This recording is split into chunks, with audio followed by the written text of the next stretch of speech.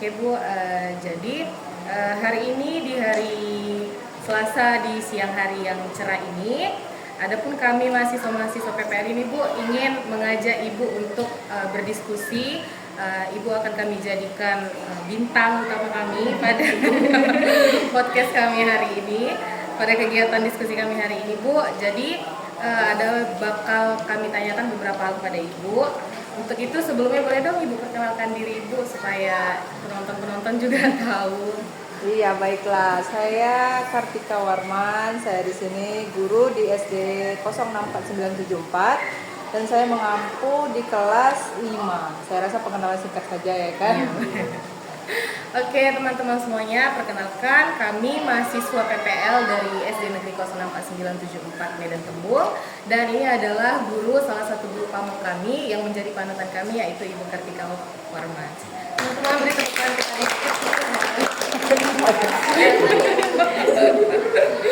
Oke Bu, langsung aja nih ya Bu ya.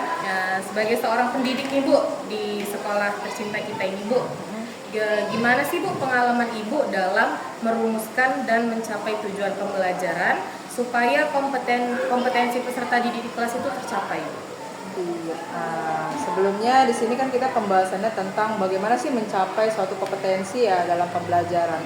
Nah, di awal kita mengajar, kita kan harus tahu tuh apa yang menjadi tujuan pembelajaran.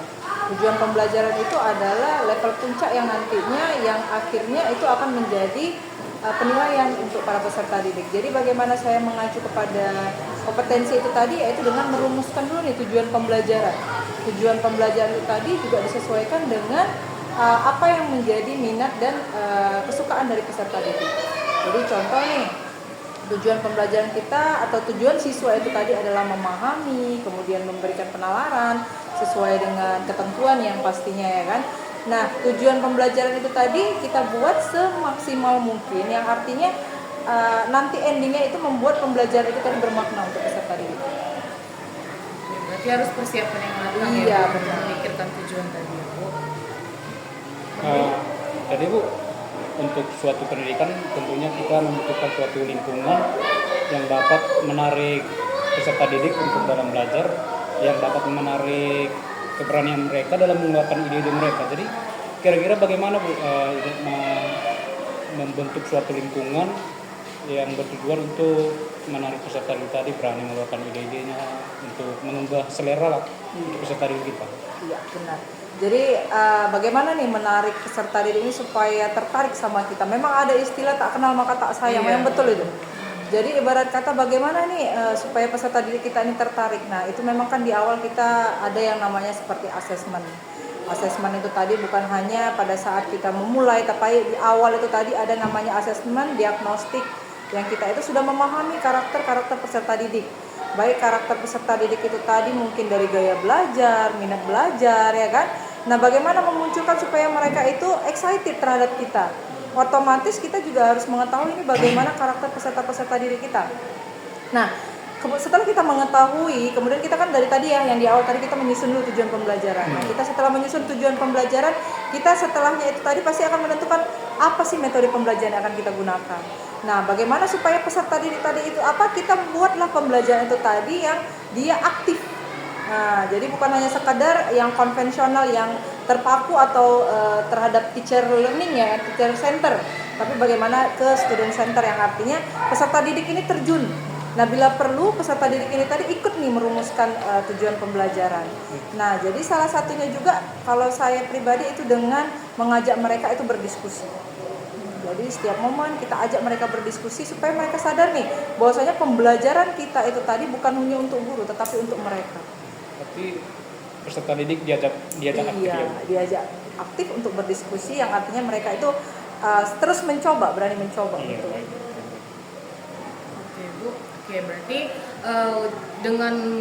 dengan begitu itu juga termasuk salah satu usaha Ibu untuk mereka mau melibatkan ide-ide mereka di dalam diskusi itu tadi ya Bu. Nah Bu, kan peserta didik di kelas itu kan ada beragam macam ya kan Bu. Ada yang dia di diskusi aktif, ada juga yang pasif. Kayak pengalaman kami aja di kelas 2 juga begitu Bu. Nah, berdasarkan pengalaman Ibu sendiri di kelas itu Bu, ada nggak Bu kesulitan Ibu untuk mengajak mereka menuangkan idenya yang udah udah terpancing nih Bu idenya, tapi mereka ini sulit untuk menyampaikan ide, mengeksplor idenya. Ada nggak sih Bu tantangan dan solusi Ibu untuk anak-anak? Yang namanya tantangan itu pasti selalu ada di dalam setiap apa ya. Nah, seperti halnya tadi disampaikan bagaimana sih kami mengatasi tantangan kalau misalnya ada siswa nih yang sebenarnya dia memang udah pengen nih menyampaikan tapi terkendala ibarat kata mungkin keberanian. Nah, bagaimana caranya kita memunculkan keberanian peserta didik itu dengan mereka mempercayai kita. Karena mungkin selama ini atau pemikiran dasar mereka bahwasanya mereka itu selalu salah. Nah, bagaimana memunculkan bahwasanya apa yang mereka sampaikan itu adalah benar? Melalui apa? Apresiasi yang kita berikan. Apresiasi yang ibarat kata sederhana. Mungkin sederhana itu kan ibarat kata mereka menjawab, kita apresiasi, memberi tepuk tangan. Atau apresiasi dalam bentuk hal lainnya, hal-hal kecil yang sebenarnya itu mereka butuhkan. Jadi apresiasi itu bukan hanya ibarat kata sebuah hadiah yang besar, tidak, tetapi reward hal kecil-kecil itu saja itu sudah sangat hal yang luar biasa sebenarnya buat mereka.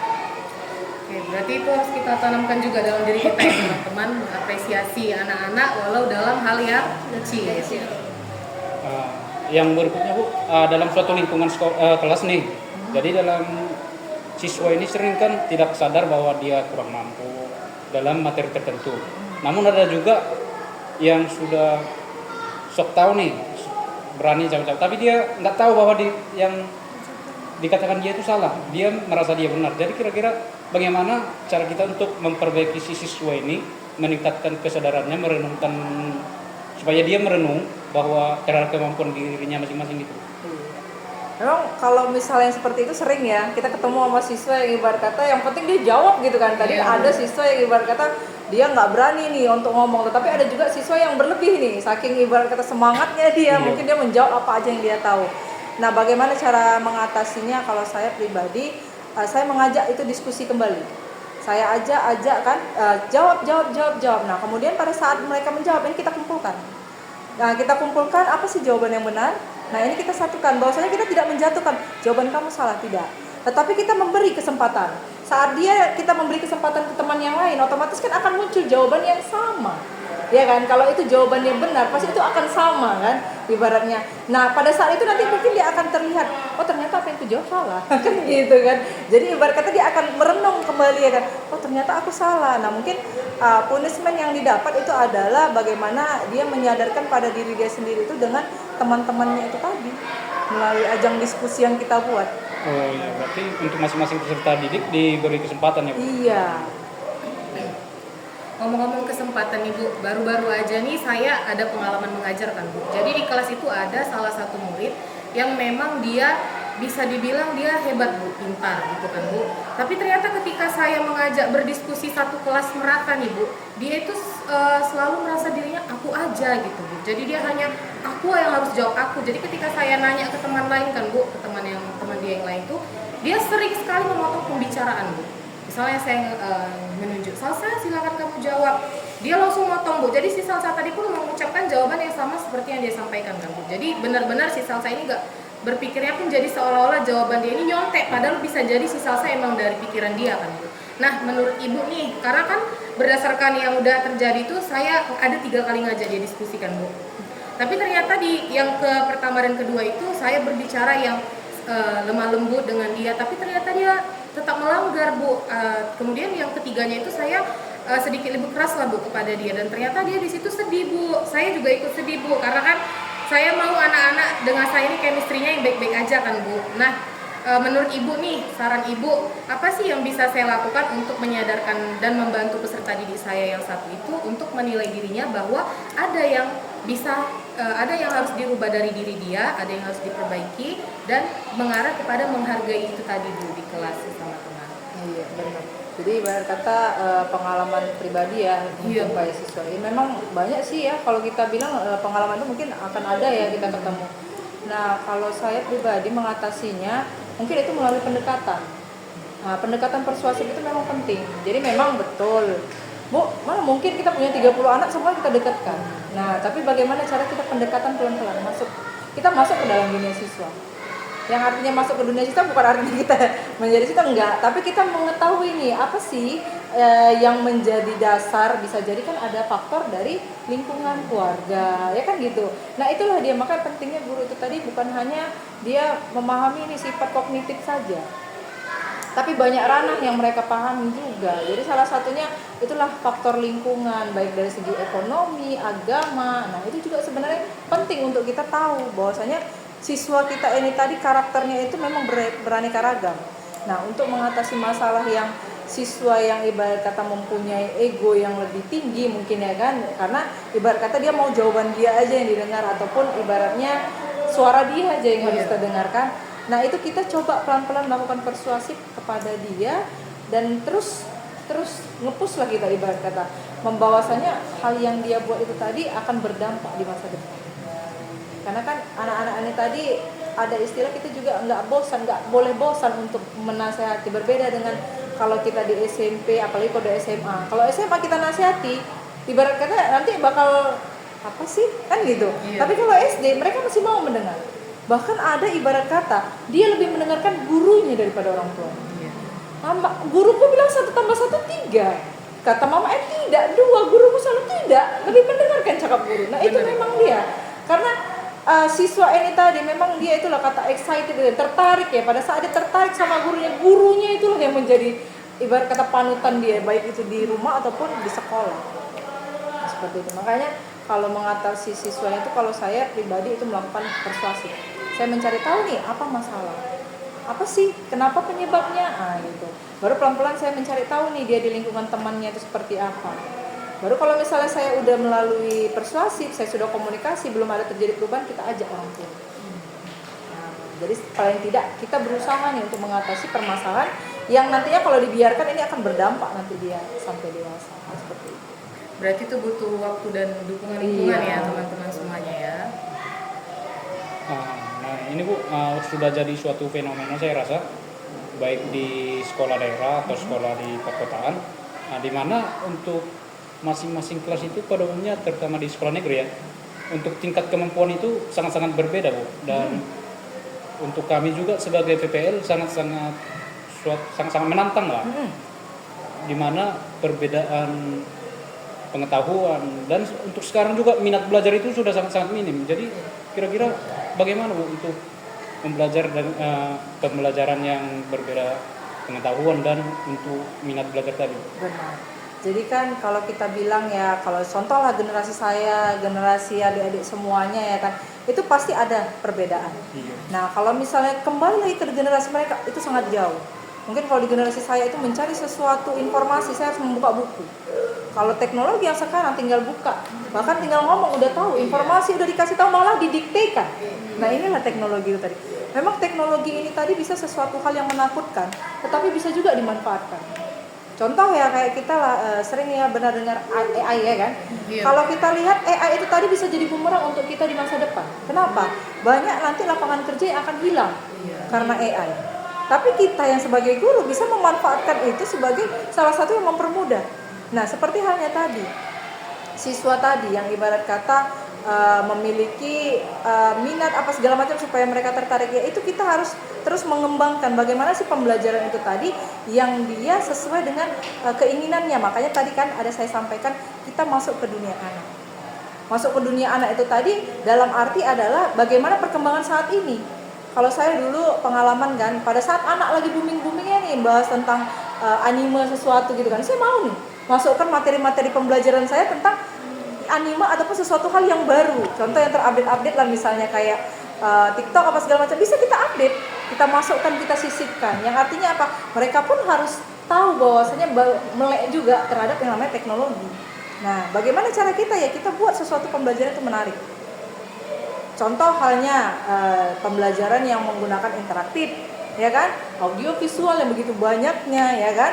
Terus kita buatlah asesmen yang mereka tanpa sadar mereka itu sebenarnya lagi diuji.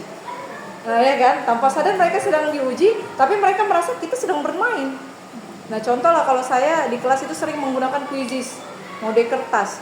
Yang anak-anak cuma tinggal begini-begini saja, menunjukkan kertas barcode, tapi mereka merasa itu kayak sebuah permainan. Padahal sebenarnya mereka lagi asesmen. Nanti kan udah selesai ujian, keluar nilainya. Nilai itu tadi saya masukkan ke orang tua. Nah, setelah mereka dapat bahwasanya nilai kami itu kan KKM 70. Nilai di bawah 70 otomatis kan remedial kan. Nah, bagaimana kita ajak? Nah, ini ada nilai di bawah KKM, apa hukuman yang cocok? Bu, kami minta membuat resume kembali. Oke, silakan. Kita kembalikan ke peserta didik. Sama kayak tujuan pembelajaran tadi. Gimana supaya menyenangkan? Mereka merasakan bahwasanya sekolah ini bukan punya guru ataupun ibarat kata sesuatu, punya orang tua. Tetapi ini punya mereka. Bagaimana pembelajaran itu menyenangkan yang artinya aku mau datang ke sekolah setiap hari gitu. Karena nanti akan ada hal baru yang nanti akan diajarkan guru saya. Akan seperti itu. Jadi begitu juga untuk meningkatkan minat belajar siswa, kita masuk ke dunia mereka yang membuat mereka itu selalu tertarik terhadap kita. Baik itu materi pembelajaran ataupun media-media yang nantinya kita masukkan atau kita ajarkan. Iya, berarti udah harus lebih aktif kita untuk Iya. Makanya mencari gak ada istilah dunia. ibarat kata guru itu tadi udah selesai belajar, malah tidak. Guru itu tadi terus belajar. Ganti kurikulum, otomatis kita menyesuaikan. Berarti kan kita orang-orang hebat gitu. Luar biasa gitu. Ngomong-ngomong teknologi, media-media itu kan termasuk salah satu pendukung supaya pembelajaran itu tadi seru ya, Bu ya. Menurut Ibu ada lagi nggak sih Bu hal-hal yang membuat pembelajaran seru untuk kami ini Bu? Karena kami juga selain teknologi tadi, karena kan selama PPN ini juga udah ada kami terapkan, tapi ternyata masih ada 1-2 siswa yang mereka rasa tuh kurang seru gitu Bu. Mereka hanya diam, pasif. Ada nggak sih Bu pembelajaran lainnya yang bisa seru selain itu? Iya. Kalau belajar dari pengalaman ya, pembelajaran itu memang benar. Kayak siswa itu kan ada gaya belajar yang audio, visual, kinestetik ya. Kalau yang visual itu tadi mungkin enak tuh dia. Tapi yang kalau kinestetik dia bakal bosan. Kita kasih visual, dia akan nengok, abis itu lebih berkeliaran. Nah, bagaimana ceritanya ketiga-tiganya ini kita masukkan? Nah, bagaimana Bu caranya kita buat pembelajaran itu bermakna? Contoh nih, kayak saya misalnya materi pembelajaran tentang luas. Nah, materi tentang luas itu tadi bukan hanya mereka melihat visual bahwasanya inilah persegi, tapi saya kasihkan ke lapangan. Mereka ke lapangan, mereka di lapangan cari yang namanya persegi. Dapat Bu, ini. Hitung luasnya. Silakan gunakan penggaris. Hitung berapa panjang, berapa lebar. Berarti itu pembelajaran bermakna. Setelah selesai, kita buat refleksi. Nah, kira-kira apa sih manfaat kita belajar luas? Oh, ternyata belajar luas gini. Nah, dengan kamu belajar ini tadi, ini bisa membuat kamu mencapai cita-cita kamu. Oke, semua belum tentu yang mau jadi arsitek apa segala macam. Tetapi ada nggak dampaknya ke lain? Ada Bu, begini-begini. Munculkan kembali diskusi. Yang mengajak mereka itu interaktif. Jadi memang nggak enak banget kalau kita ngajar itu tadi, kita cuman ibarat kata kita ngomong sendiri, ya kan? Itu sangat-sangat membosankan. Kita ngomong, ada pertanyaan diam, ada pertanyaan diam. Makanya lebih enak itu tadi bagaimana mempunyai atau memunculkan pertanyaan pemantik itu juga yang pertanyaannya menyesuaikan dengan siswa itu tadi. Gimana? Baik Bu, terima kasih atas waktunya dan terima kasih juga sudah berbagi pengalaman tentang pembelajaran bagi kami, dan itu pastinya akan bermanfaat bagi kita ya teman-teman ya. Nah, jadi ucapan terakhir dari kami, terima kasih banyak untuk Ibu. Sama-sama, sukses selalu. Semoga yang Ibu sampaikan ini benar-benar bisa jadi pembelajaran buat kami di sini dan di masa depan. Kami juga mohon doa buat dari Ibu supaya kami bisa melanjutkan perjuangan kami seperti Ibu. Sukses selalu buat kalian ya. Sekian teman-teman, terima kasih semuanya. Terima kasih Bu. Iya.